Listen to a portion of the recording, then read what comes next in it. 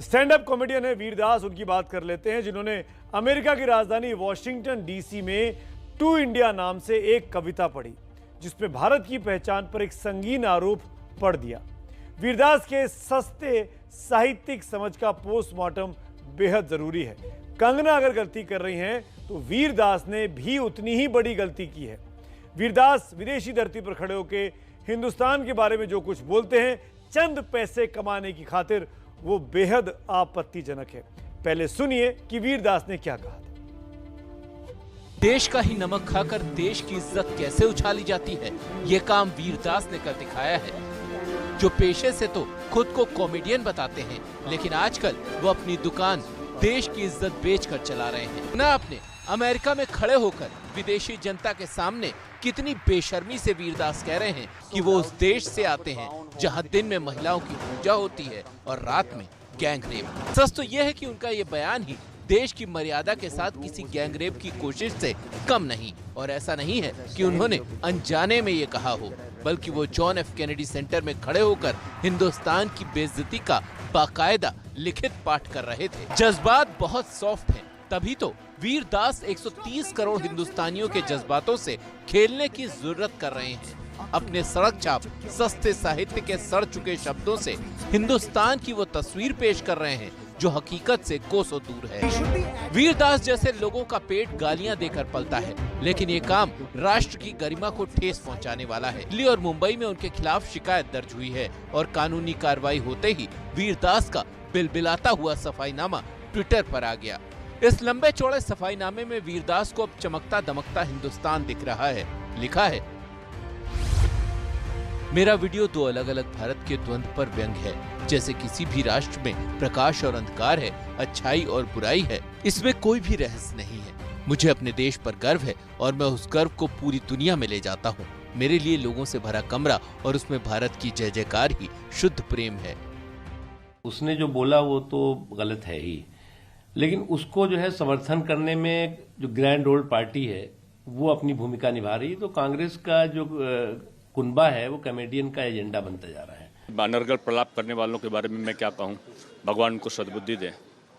ये देश महिलाओं के सम्मान के लिए जाना जाता है। इंसान जो सोचता है वैसा ही बोलता है और वीरदास की सोच हिंदुस्तान के बाकी नागरिकों की सोच से मेल नहीं खाती। राइट टू स्पीच ठीक है, लेकिन राइट टू अब्यूज का हक। और अब एक बेहद दिलचस्प आंकड़ा आपके सामने रखता हूं, और यह आंकड़ा खास तौर पर वीरदास के लिए है। वीरदास अमेरिका में भारत की मर्यादा को तार तार कर रहे थे। वो बता रहे थे कि भारत में कितने बलात्कार होते हैं, लेकिन हम आपके सामने कुछ आंकड़े रखते हैं। जिस अमेरिका में खड़े होकर वो अपने देश यानी भारत का माखौल उड़ा रहे थे, उस अमेरिका का क्या हाल है। तुलनात्मक अध्ययन भारत और अमेरिका के बीच। ध्यान से देखिए इस आंकड़े को। 2019 के आंकड़ों के मुताबिक भारत में प्रति 1 लाख की आबादी पर 2 बलात्कार होते हैं, अमेरिका में 42 बलात्कार होते हैं। वीरदास आंख खोल के देख लीजिए, भारत में 1 लाख की आबादी में जो हत्या का आंकड़ा है वो 2 का है, अमेरिका में 5 लोगों की हत्या होती है। एक और आंकड़ा आपके सामने रखता हूं, भारत में 1 लाख की आबादी में बच्चों से जो हिंसा की घटनाएं हैं वो 11 रिकॉर्ड होती हैं, अमेरिका में 199 है। वीरदास आप देख रहे हैं कि नहीं, भारत में ड्रग्स को लेकर हिंसा की घटनाएं 1 लाख की आबादी पर 5 की है, अमेरिका में 473 है।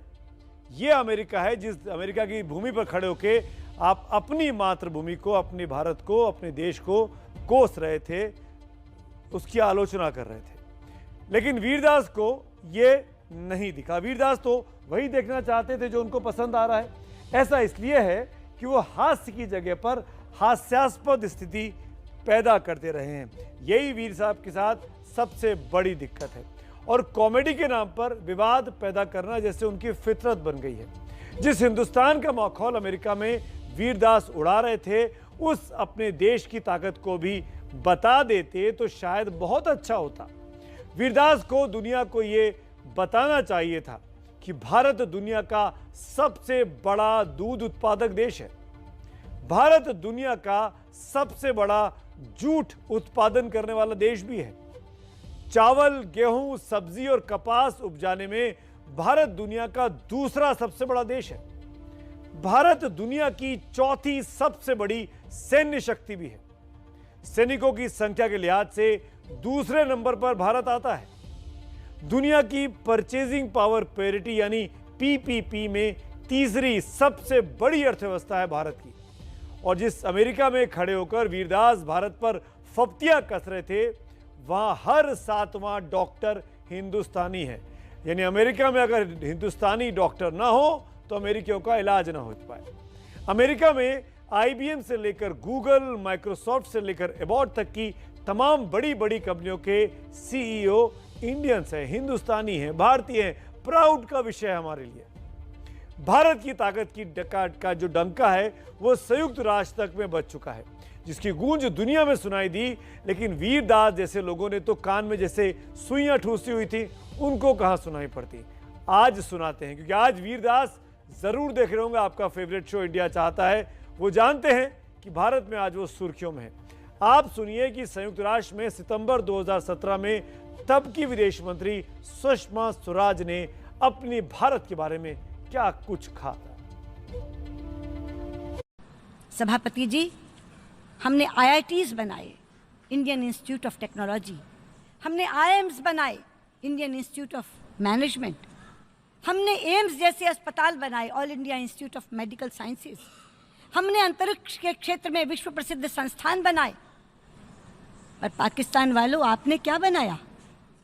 आपने लश्कर-ए-तैयबा बनाया, आपने जैश-ए-मोहम्मद बनाया, आपने हक्कानी नेटवर्क बनाया, आपने हिजबुल मुजाहिदीन बनाया, आपने आतंकवादी ठिकाने बनाए, आपने टेररिस्ट कैंप्स बनाए। मेरा भारत महान ऐसे ही नहीं कहा जाता। इसीलिए भारतीय होने पर हम सबको गर्व होता है। 135 करोड़ हिंदुस्तानी हैं जो प्राउड फील करते हैं इंडियन होने पर। न जाने वीरदास कहां से आ गए, वही घिसी पीटी पुरानी बातों को लेकर। अच्छी चीजें आंखों पर अगर पट्टी बंदी हो तो कहां उनको दिखाई देगी।